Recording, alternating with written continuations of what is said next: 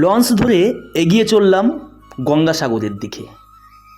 হ্যাঁ, সাগরের বুক দিয়ে জলের স্রোত দেখতে দেখতে এগিয়ে চললাম।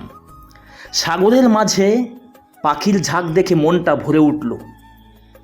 অপূর্ব লাগছিল পাখির দল যখন ঝাঁকে ঝাঁকে এগিয়ে আসছিল। তারপর সেখান থেকে লঞ্চ থেকে নেমে টোটো ধরলাম।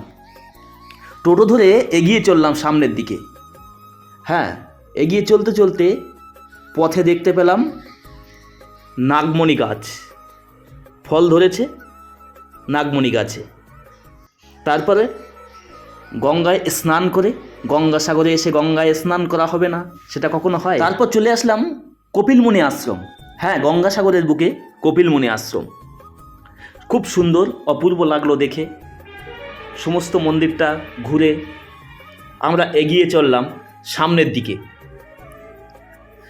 তারপরেই আমার সঙ্গে বেঁধে গেল গণ্ডগোল। হ্যাঁ, প্রচণ্ড গণ্ডগোল, থামছে না। আমিও যাচ্ছে তাই ভাষা গালাগালি দেওয়া শুরু করলাম। আমি বললাম, তুই একটা কুত্তা, তোরা সব কুত্তার বাচ্চা, এইভাবে যাচ্ছে তাই ভাষায় গালাগালি দিলাম।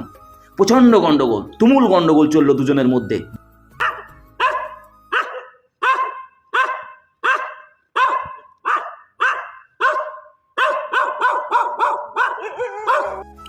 অবশেষে গণ্ডগোল থামলো, সে ঘুমিয়ে পড়েছে।